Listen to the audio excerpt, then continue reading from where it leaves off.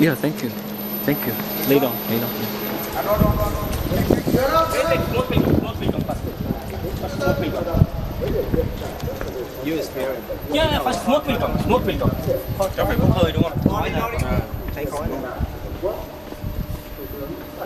Có chưa? Sao lâu quá nhỉ? Vừa nó nhanh quá. Check connection. 2 độ mà 2 phút mà giờ được 1 phút rồi.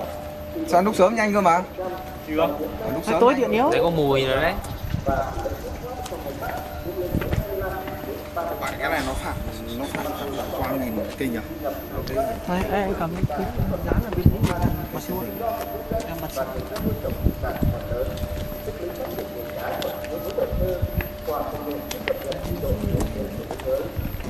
Smoke has started. Yeah, I can feel the smoke. Wait. Around it is 170. I think now the time is, the temperature is 170.